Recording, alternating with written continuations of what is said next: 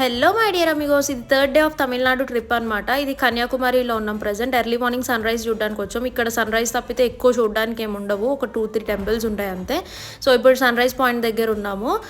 మాకు గూగుల్లో సెర్చ్ చేస్తే 6:18కి సన్ రైజ్ చూపించింది. గూగుల్లో సెర్చ్ చేసుకోండి, కరెక్ట్ టైంకి సన్ రైజ్ జరుగుతుంది ఇక్కడ.